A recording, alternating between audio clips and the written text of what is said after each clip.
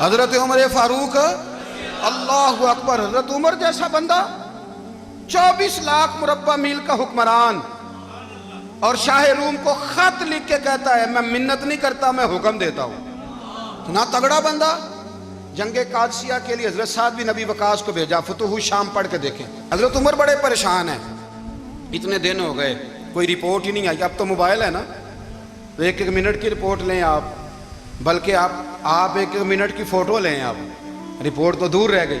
حضرت عمر فاروق رضی اللہ تعالیٰ عنہ بڑے پریشان ہیں کہ قادسیہ میں حضرت سعد بن ابی وقاص کے ساتھ لوگ جہاد کرنے گئے، رپورٹ کوئی نہیں آ رہی۔ اتنے پریشان تھے کہ باہر نکل کے نا اس رستے پہ بیٹھ جاتے جو رستہ قادسیہ کی طرف سے آتا تھا، جو بھی آتا جاتا پوچھتے جنگ کے کیا حالات ہیں۔ ادھر جب اللہ نے فتح دے دی نا، تو حضرت سعد بن ابی وقاص رضی اللہ تعالیٰ عنہ نے ایک قاصد کو خط دے کے بھیجا، کہنے لگے عمر کے پاس جاؤ، انہیں اطلاع دو کہ الحمدللہ اللہ نے اسلام کو فتح عطا کر دی ہے۔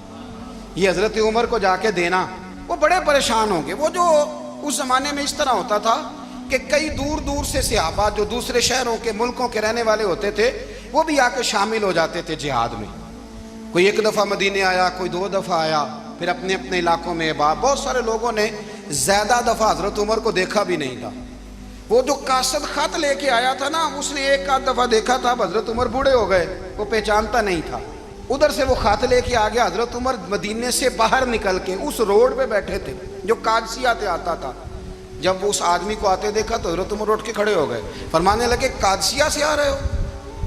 وہ کیا کہتا ہے؟ پھٹے پرانے کپڑے، ٹوٹے ہوئے جوتے، سر پہ پرانی پگڑی، کہنے لگے غلام مدینے کے رہنے والے ہو؟ حضرت عمر کہنے لگے ہاں مدینے کا ہوں۔ کہا میں قادسیہ سے آیا ہوں، الحمدللہ اللہ نے اسلام کو فتح دے دی ہے، الحمدللہ کفر کی کمر ٹوٹ گئی ہے۔ اس نے یہ بات کر کے تو گھوڑے کو ایڑی لگائی، گھوڑا دوڑنے لگا مدینے کے، حضرت عمر بھی ساتھ ساتھ دوڑ رہے، فرمانے لگے اچھا بتاؤ خالد بن ولید کا کیا حال ہے؟ تھوڑا آگے جا کے فرمانے لگے اسامہ بن زید کیسے ہے؟ وہ کہتے ہیں ٹھیک ہے۔ پھر اس نے اور گھوڑا، عمر ساتھ ساتھ دوڑ رہے ہیں، ساتھ ساتھ 24 لاکھ مربع میل کا حکمران، ایک جوتا پیر سے نکل گیا، عمر دوڑ رہے ہیں۔ آگے جا کے پوچھتے ہیں سعد بن ابی وقاص کا کیا حال ہے؟ کہا حضور وہ بھی ٹھیک ہے۔ کتنے لوگ میرے شہید ہو گئے مسلمانوں میں سے؟ کہنے لگا صحیح گنتی کا نہیں پتا، یہ لفظ ادا ہوتے ہوتے مدینے کی سرحد آ گئی۔ لوگوں نے عمر کو گھوڑے کے ساتھ دوڑتے دیکھا تو کہا امیر المومنین کیوں دوڑ رہے ہیں؟ وہ غلام چھلانگ لگا کے نیچے آیا، قدموں میں بیٹھ گیا، کہنے لگا حضور آپ نے بتایا ہی نہیں آپ امیر المومنین ہیں۔ آپ فرمانے لگے کیا بتاتا؟ میں تو اونٹ چرانے والے کا پتر ہوں، کیا بتاتا؟ وہ عمر ہوں جس نے اپنے گناہوں کا حساب دینا ہے، کیا بتاتا؟ جو سعد بن ابی وقاص کو جہاد پہ بھیج کے خود بزدلوں کی طرح گھر میں بیٹھا ہے، کیا بتاتا؟ کوئی حیثیت نہیں، کوئی تار، تو نے اچھا کیا، تو تو مجاہد تھا، مجھے ساتھ ساتھ دوڑایا، تو نے اچھا کیا۔ جتنے لوگ تھے چیخیں مار کے رونے لگے۔ حضرت فاروق اعظم سے کہنے لگے عمر جب تک تیرے جلوے رہیں گے اللہ کامیابیاں ہی عطا فرمائے گا، جب تک تیرا رنگ رہے گا اللہ تعالیٰ نوازتا ہی رہے گا۔ کچھ نہیں کبھی اپنا آپ ظاہر ہی نہیں کیا۔ بہت بڑے تھے، بہت بڑے تھے حضرت عمر، بڑے تھے۔ حضرت ابو رافع غلام تھے، قرآن پاک بڑا سونا پڑھتے تھے۔ حضرت عمر جب بھی انہیں ملتے کہتے ابو رافع تو عمر سے اچھا ہے، قرآن بڑا شاندار پڑھتا ہے۔ تو وہ کہتے حضور اگر میں قرآن صحیح پڑھتا ہوں تو آپ کو قرآن کی تشریح زیادہ صحیح آتی ہے، آپ بھی تو مجھ سے افضل ہیں۔ تو آپ فرماتے نہیں پھر بھی تو مجھ سے افضل ہے۔ کیوں؟ اس لیے کہ تو اپنے آقا کی نوکری بھی ٹھیک کرتا ہے اور رب کی عبادت بھی ٹھیک کرتا ہے، اور مجھے خالص صرف عبادت کرنی ہوتی ہے وہ بھی ٹھیک نہیں کر پاتا۔ ساری زندگی اپنا محاسبہ، ساری زندگی اپنے گریبان میں دیکھا، ساری زندگی اپنے آپ کو پرکھا، اپنے آپ کو ٹٹولا۔ 62 سال عمر بیت گئی۔ حضرت حذیفہ بن یمان ایک صحابی تھے، میرے نبی کریم علیہ السلام نا ان سے راز کی باتیں کرتے تھے۔ ہر بندے کا ہاضمہ ٹھیک نہیں ہوتا، سب سے راز کی بات نہیں کرنی چاہیے۔ حضرت حذیفہ بن یمان کہتے ہیں حضور راز کی باتیں بتاتے ہیں۔ مدینہ منورہ میں جو منافقین تھے ان کی لسٹ بھی نبی پاک نے حضرت حذیفہ بن یمان کو دی تھی۔ جب کوئی مشکوک آدمی مر جاتا نا تو صحابہ کہتے ہیں ہم دیکھتے اگر حضرت حذیفہ نے جنازہ پڑھا ہے تو ہم بھی جنازہ پڑھ لیتے۔ نبی پاک نے بھی کچھ جنازے نہیں پڑھے، ترمذی میں ہے، فرمایا عثمان سے جو بغض رکھے اس کا جنازہ نہیں پڑھیں گے۔ حضرت حذیفہ بن یمان اگر جنازہ پڑھتے تو لوگ پڑھتے، وہ نہ پڑھتے تو لوگ جنازہ نہ پڑھتے۔ حضرت حذیفہ بن یمان کہتے ہیں جناب عمر فاروق کی خلافت کے آخری ایام تھے، کچھ دنوں کے بعد وہ شہید ہو گئے۔ فرماتے ہیں آدھی رات کا وقت تھا، میں گھر میں سویا تھا بڑا بے فکر، اچانک میرے دروازے پہ دستک ہوئی، میں گھبرا کے اٹھا، اتنی رات کو کون آیا؟ کہتے ہیں قربان جاؤں، دروازے پہ گیا تو امیر المومنین فاروق اعظم دروازے پہ۔ میں نے کہا عمر کوئی حکم تھا تو مجھے بلا لیتے۔ کہنے لگے میں نا امیر بن کے نہیں آیا، تیرا ویر بن کے آیا ہوں۔ امیر المومنین کی حیثیت سے سرکاری کام سے بلاتا تو وہاں بلاتا، مجھے ایک ذاتی کام پڑ گیا۔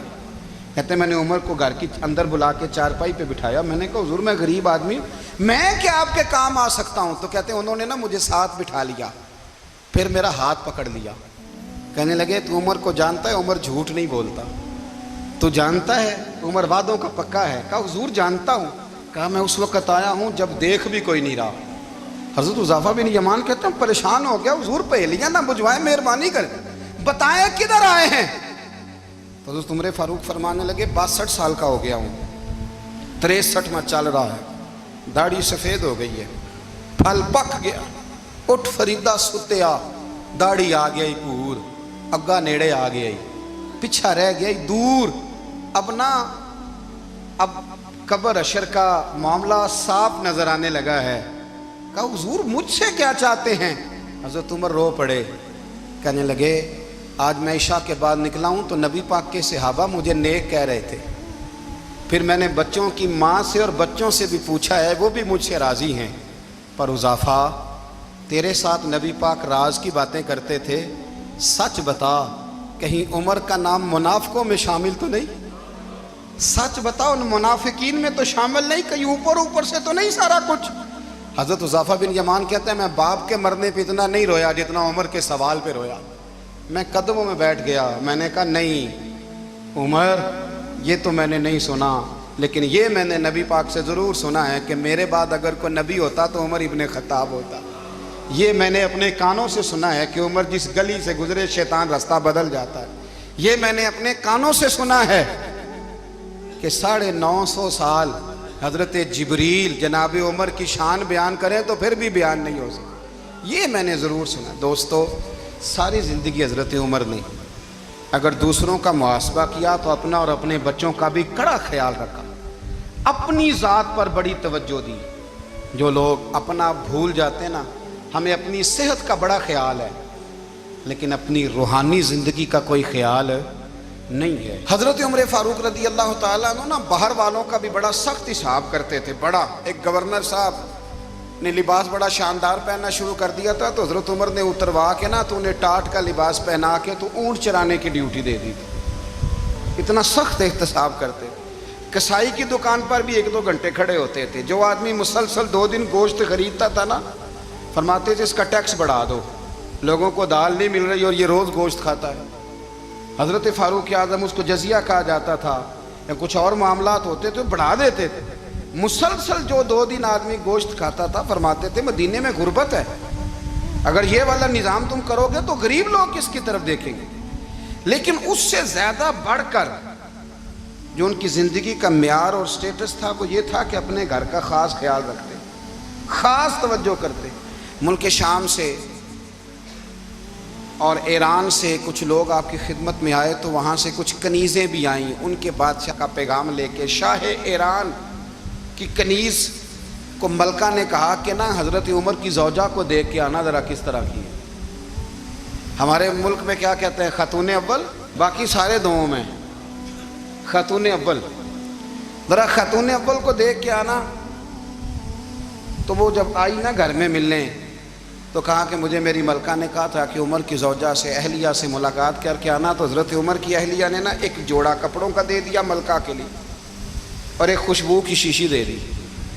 اب جب وہ تحفے وہاں گئے تو اس ملکہ نے نا کچھ سونے کا سامان بھیجا، کچھ زیورات بھیجے، کچھ تحائف بھیجے۔ جب حضرت عمر کے گھر آئے نا وہ خادم لے کے آیا، اس نے کہا جی آپ کی اہلیہ نے تحفے بھیجے تھے، تو جواب میں شاہ ایران کی بیوی نے یہاں جس ملک کا وہ سفیر تھا انہوں نے بھی یہ بھیجے۔ تو حضرت عمر فاروق نا وہ تحفے لے کے گھر گئے تو جا کے کہنے لگے اپنی اہلیہ سے یہ تو کب سے تحفے تحائف بھیجنے لگ گئی ہے؟ یہ کب سے نظام شروع ہو گیا؟ تو کہ حضور تحفہ دینا لینا تو ٹھیک ہے، سنت ہے، محبت بڑھتی ہے، تو یہ کوئی قباحت نہیں، اور میں نے اپنی ذاتی استعمال کے لیے جو چیزیں رکھی تھی وہ میں نے دی ہیں۔ تو حضرت عمر فاروق رضی اللہ تعالیٰ عنہ فرمانے لگے ہم نے کسی ملک کے ساتھ اور اس کے بادشاہ کے ساتھ ذاتی تعلق نہیں بنانا، تعلق جو بھی بنے گا رسول اللہ کے دین کی برکت سے بنے گا، ذاتی رشتے نہیں ہم نے قائم کرنے۔ ذاتی آپ کے ملک کی جو ایئر لائن جس کا ہر سال خسارے کا ڈنڈورا پیٹا جاتا ہے نا، وہ ہمارے بادشاہ صاحب اور صدر صاحب اگر غیر ملکیوں کو گھوڑا کبھی بھیجنا ہو نا، گھوڑا، تو پورا ایک جہاز گھوڑا لے کے تحفے میں جاتا ہے، پورا جہاز غریب قوم کا یہ سرمایہ، اور قوم بڑی بادشاہ ہے، لائنوں میں لا کے ووٹ دیتی ہے، دو کام ہمیشہ لائن میں لا کے کرنے، ایک بل لائن میں لا کے جمع کرانا ہے اور ایک ووٹ لائن میں لا کے، تاکہ پھر پورے 5 سال لائن میں ہی لگے رہیں۔ مرضی سے آپ ووٹ دینا، پر جو بات درست ہے اس کو سنو۔ حضرت عمر فاروق رضی اللہ تعالیٰ عنہ نے اپنی اہلیہ سے پوچھا کتنے کا تھا وہ تیرا جوڑا اور خوشبو کی شیشی؟ انہوں نے کہا 3 دینار کی۔ فرمایا یہ 3 دینار تیرے، اور باقی جو تحفے آئے ہیں وہ تو خود کہہ، چونکہ اس نے تیرے نام بھیجے ہیں، تو کہہ کہ میں مال غنیمت میں دیتی ہوں، تو کہہ میں مسلمانوں کو کہہ۔ تو زوجہ ہنس پڑی، کہنے لگی میں نہ بھی کہوں تو مجھے کہنا تو پڑے گا ہی، کہنا تو میں نے ہے ہی، کیونکہ سامنے عمر فاروق ہیں، لہذا فرمایا کہہ دیتی ہوں میں نے دیا خزانے کو۔ حضرت عمر نے جمع کرا لیا۔ میں یہ کیا بات ہے، میرے گھر والے جو مرضی کریں، ان کا معیار زندگی جس طرح کا مرضی ہو۔ اور حضرت عمر ایک جملہ کہا کرتے تھے، اللہ کرے کہ یہ باتیں اس دور حاضر میں ہماری سمجھ میں آئیں۔ حضرت عمر فاروق رضی اللہ تعالیٰ عنہ اپنے بچوں کو فرمایا کرتے تھے کہ بہت آدمی کو بھوک لگی ہو نا، اور پھر اس کی پسند کا کھانا پکا ہو، جتنے شوق سے وہ اس کھانے کو دیکھتا ہے نا، فرمایا اس طرح پوری قوم اپنے بادشاہوں کے خاندان کو دیکھتی ہے، اس تیزی کے ساتھ دیکھتے ہیں کہ ان کے گھر میں کیا ہو رہا ہے، ان کا معیار زندگی کیا ہے، ان کا سٹیٹس کیا ہے۔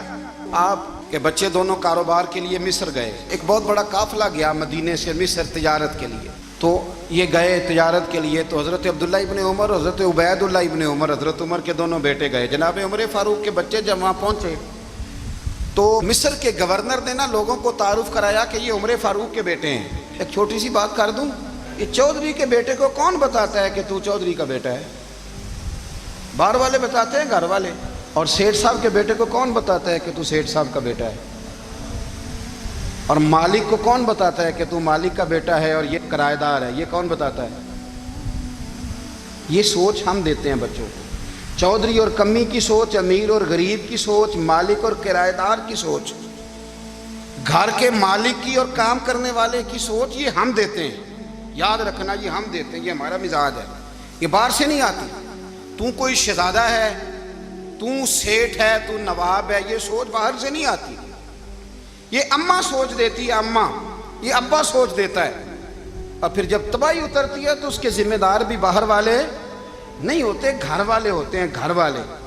ہمارے بچوں کی طبیعتوں پر زیادہ نقش باہر والوں کا نہیں ہوتا، گھر والوں کا ہوتا ہے، یاد رکھیے گا۔ حضرت عمر فاروق رضی اللہ، بچے ہیں، شہزادے ہیں، وہ کاروبار کرنے گئے، اور وہاں بتایا گورنر صاحب نے کہ یہ فاروق اعظم کے بچے، امیر المومنین کے۔ لوگوں نے ان سے زیادہ مال خریدا، تجارت میں زیادہ نفع ہوا، ظاہر ہے کہ وہ آپ کے جو اللہ خیر کرے حکمران ہیں، ان کے کاروبار کتنے ملکوں میں ہیں، کس بنیاد پر ہیں؟ صرف اس بنیاد پر کہ وہ حکمران رہے، ان کے لیے آسان تھا بڑے لوگوں سے تعلقات بنانا۔ حضرت عمر فاروق رضی اللہ تعالیٰ عنہ کے بچے ڈھیروں مال کما کے جب واپس آئے نا، تو حضرت عمر سے آ کے بچوں نے بطور محبت کا، ابا جی اللہ نے بڑا ہی فضل کیا ہے، بڑا مال کمایا الحمدللہ، یہ دیکھیں کتنا نوازا ہے۔ تو حضرت عمر کہنے لگے سارے قافلے نے اتنا ہی کمایا ہے، سارے قافلے نے اتنا ہی کمایا ہے؟ کہ حضور نہیں، سارے قافلے نے اتنا نہیں کمایا، سب کو اتنا نہیں ملا۔ وہ تو وہاں گورنر صاحب نے لوگوں کو تعارف کرایا تھا کہ یہ عمر کے بچے ہیں، تو لوگوں نے پھر ہم سے بڑا ہی خریدا۔ تو حضرت عمر فرمانے لگے ٹھیک ہو گیا، میں بات سمجھ گیا، اس طرح کرو، جو تمہاری اصل زر تھی نا، جو راز تھی، وہ رکھ لو، اور باقی سارا مال مال خزانہ میں جمع کرا دو، اس لیے کہ یہ تم نے تجارت نہیں کی، یہ تم نے اپنے باپ کا نام بیچا ہے، یہ تم نے امیر المومنین کے بیٹے ہونے کا فائدہ اٹھایا ہے، فرمایا یہ تمہارا نہیں حق، یہ مسلمانوں کا ہے، اس لیے کہ یہ مال تم نے محنت سے نہیں کمایا، یہ باپ کی کرسی کا فائدہ اٹھایا ہے۔ اور فرمایا اگر تم نے مال جمع نہ کرایا تو میں مال بھی لے لوں گا زبردستی اور کوڑے بھی ماروں گا، ڈبل سزا دوں گا۔ مرضی سے جمع کراؤ گے تو کوڑوں سے بچ جاؤ گے۔ بڑے بیٹے نے تو جمع کرا دیا تو چھوٹا تھوڑا پریشان ہوا، تو حضرت عبداللہ ابن عمر چھوٹے بھائی کا ماتھا چوم کے کہنے لگے بیٹے چپ کر کے جمع کرا، یہاں بھی فخر کر کے ہم عمر کے بیٹے ہیں اور قیامت میں بھی فخر کریں گے کہ ہم فاروق اعظم کے بیٹے ہیں۔ یہاں بھی ناز کریں گے اور وہاں بھی ناز کریں گے کہ عمر کے بچے ہیں۔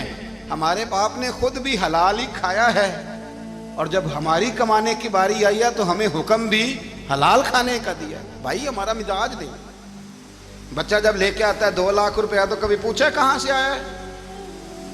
جب وہ پہلے دن غلط دوستوں کے پاس جا کے بیٹھتا ہے تو کبھی نکالا ہے گھر سے اسے؟ یہ بہت سارے خمیازے ہمیں اس لیے بھگتنے پڑتے ہیں کہ ہم ابتدا میں سوراخ بند نہیں کرتے، جب اس میں شگاف پڑ جاتا ہے، سیلاب آتا ہے تو ہمیں ہوش آتی ہے۔ حضرت عمر نے اپنے گھر میں نگرانی رکھی، کڑی نگرانی۔ زیادہ نماز گھر میں پڑھتے تھے حضرت عمر، نفلی نمازیں زیادہ کیوں بلا؟ میرے اصحاب مجھے حکم دیتے تھے کہ فرض نماز کے علاوہ نمازیں گھر میں پڑھنا، بچوں کو عادت پڑے گی، ذوق پیدا ہوگا، ان کو پتہ چلے گا کہ ہمارے گھر میں 5 وقت کوئی اور کام بھی ہوتا ہے۔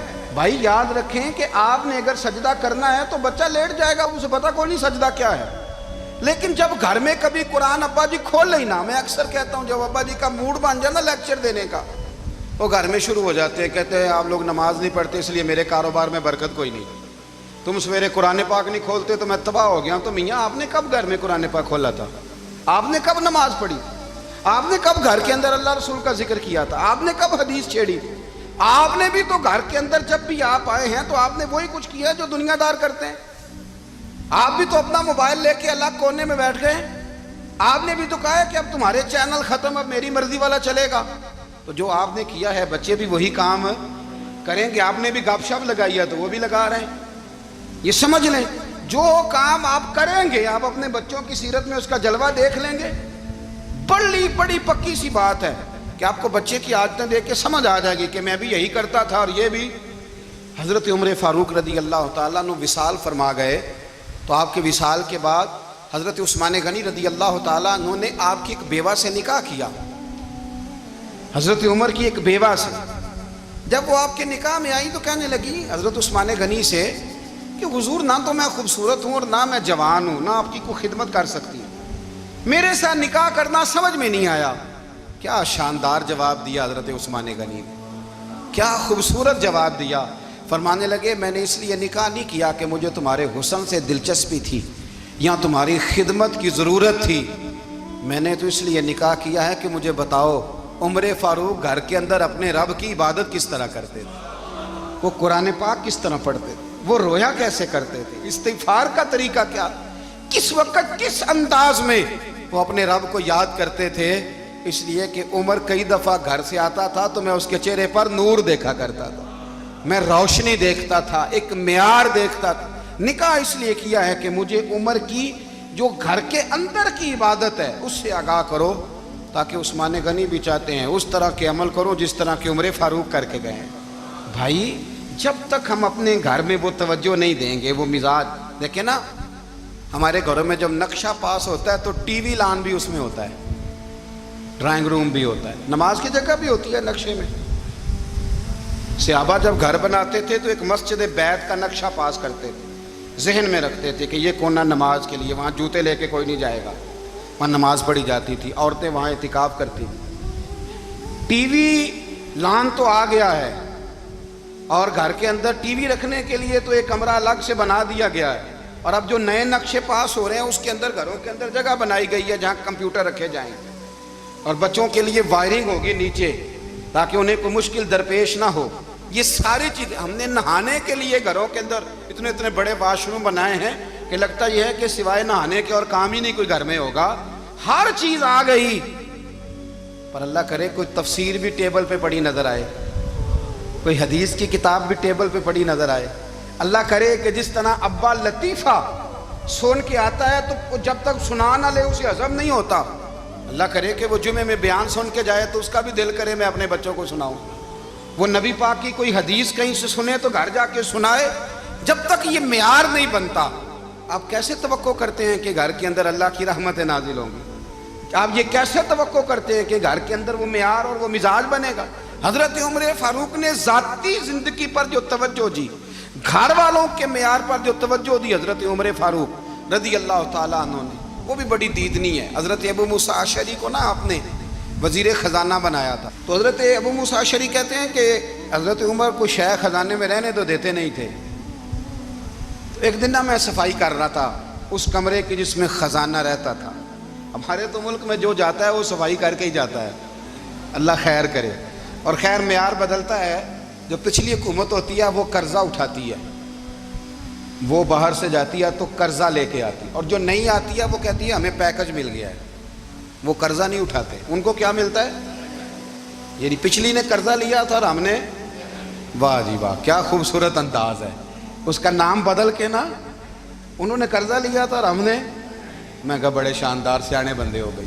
حضرت سیدنا ابو موسیٰ اشعری کہتے ہیں کہ میں نے نا مال غنیمت کی صفائی کی تو 1 دینار مجھے نا کہیں پڑا ہوا مل گیا. تو فرماتے ہمیں اجازت ہوتی تھی کہ 1 دینار ہم اپنی مرضی سے کہیں خرچ کر سکتے تھے. اگر آپ ناراض نہ ہوں تو ہمارے ہاں جب چیئرمین صاحب، ناظم صاحب ٹھیکے دیتے ہیں تو ٹھیکیدار ان کا چھوٹا بھائی ہوتا ہے، یا چچا کا بیٹا ہوتا ہے، یا خالہ کا بیٹا ہوتا ہے. وہ خود ناظم ہوتے ہیں اور ان کا چھوٹا بھائی ٹھیکیدار ہوتا ہے. یعنی وہ نا سارا کچھ گھر کے اندر ہی رہتا ہے. گھر کے اندر ایک پیسہ دیتا ہے، دوسرا واپس اس کو واپس کر دیتا ہے. گھر کے اندر ہی. اب تو خیر ہمارے لوگ سمجھدار ہو گئے. ایک بندہ ایک سیاسی جماعت میں ہوتا ہے، دوسرا دوسری میں، اور تیسرا جس کی بھی حکومت آئی حکومت تو ہماری رہے گی نا. ایک بندہ تو ہے نا اس جماعت میں. یہ اچھا لوگوں نے ایک طریقہ نکالا ہے. تو حضرت عمر کے بیٹا گزر رہا تھا تو حضرت ابو موسیٰ اشعری کہتے ہیں میں نے صفائی کی تو 1 دینار نکلا. تو میں نے وہ 1 دینار نا حضرت عمر کے بیٹے کو دے دیا. میں نے کہا لو بیٹا اپنے چچا کی طرف سے تحفہ. تو گھر جا کے انہوں نے حضرت عمر کو بتایا کہ چچا نے پیسے دیے ہیں. چھوٹے بچے تھے.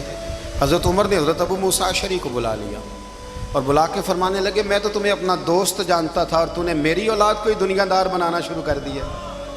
میرے بچوں کو ہی تم نے دنیا دار پیسوں پہ لگانا شروع کر دیا. میں تو تمہیں یار سمجھتا تھا. فرمایا تمہیں چاہیے تھا میرے بیٹے کو نصیحت کرتے کہ بیٹا پیسوں سے رب راضی نہیں ہوتا، اس کی رضا والے کام کیے جائیں تو رب راضی ہوتا ہے. اور فرمایا تمہیں کوئی اور گھر نہیں ملا تھا تباہ کرنے کے لیے، میرا ہی گھر ملا تھا. اٹھاؤ اپنا دینار اور خبردار آج کے بعد میرے بچوں کے ساتھ یہ والی نیکی نہ کرنا. اور ہمارا کیا سٹیٹس ہے؟ دوستی ہے اس سے جو تحفے زیادہ دے، جو بچوں کو خراب کرنے میں مدد زیادہ کرے، اس کے ساتھ یہ رہنا. حضرت عمر نے گھر پہ اور سب سے بڑھ کر اپنی ذات پہ توجہ کی. حضرت ابو مالک رضی اللہ تعالیٰ عنہ کہتے ہیں میں عمر کے پیچھے پیچھے ایک باغ میں گیا، اکثر اس باغ میں جایا کرتے تھے. اور عمر جا کے نا تو درخت کے نیچے بیٹھ گئے اور فرمانے لگے او امیر المومنین اللہ سے ڈر جا، ورنہ جس رب نے حکومت دی ہے وہ عذاب بھی بڑھا دے گا. ڈر جا رب سے. کبھی ساری زندگی حضرت عمر نے اپنا کوئی تعارف نہیں کرایا، کبھی نہیں. ایک بندے نے آپ کے سامنے تعریف کر دی آپ کی تو فرمانے لگے تو خود بھی ہلاک ہوا اور مجھے بھی ہلاک کر دیا. کیا ضرورت پڑی ہے میری تعریفیں کرنے کی؟ اتنی دیر میری تعریف میں لگائی. اللہ کا ذکر کرتا رب تجھے ثواب دیتا، حضور پہ درود پڑھتا تو رب تیرے اوپر رحمتیں نازل کرتا. کس چکر میں؟ آج جتنا اچھی کوئی خوشامد کرے اتنی اچھی وزارت ملتی ہے، جتنی اچھی اس کو جو ہے وہ چاپلوسی کرنی آیا درجہ بھی اسے اتنا ہی اچھا ملتا.